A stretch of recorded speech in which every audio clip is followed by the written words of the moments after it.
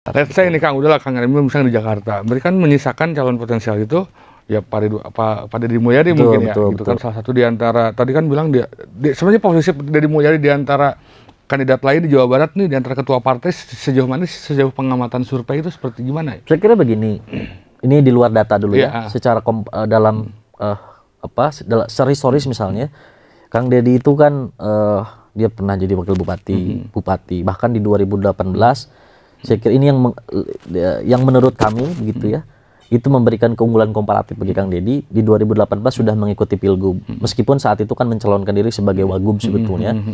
Artinya setidak-tidaknya sebetulnya dia sudah mengikuti kontestasi, publik di Jawa Barat sudah setidak-tidaknya ya, kita kalau ukur popularitasnya saya kira lebih unggul. Ini popularitasnya dibandingkan dengan yang lain. Saya pikir itu satu keunggulan penting.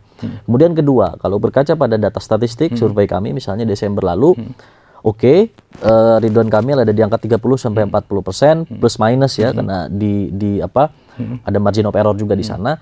Tapi nama kedua yang selalu menguntit Kang Emil dalam 3 kali survei kami di 2023 Maret, Juli dan juga Desember itu selalu Deddy Mulyadi. Jadi Ridwan Kamil 30-40%, Kang Deddy itu selalu berada di angka belasan persen. Naik turun kan sebetulnya, ada 11%, ada 13%, ada 14%. Kesimpulannya apa? Kesimpulannya Kang Deddy yang sebetulnya memiliki jarak elektabilitas tidak terlalu jauh, atau yang paling dekat lah dengan Ridwan Kamil dibanding yang lain.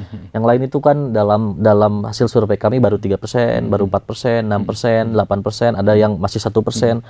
Artinya kalau berkaca pada data itu memang peluang Kang Deddy menjadi lebih terbuka sebetulnya. Tadi dengan catatan direkom oleh partainya sebetulnya kan. Begitu sebetulnya posisi Kang Deddy ya dalam data yang kami peroleh sebetulnya. Tapi menarik. Ya pasti saya kira perlu diukur lebih lanjut sebetulnya mendekati momentum pilkada ini.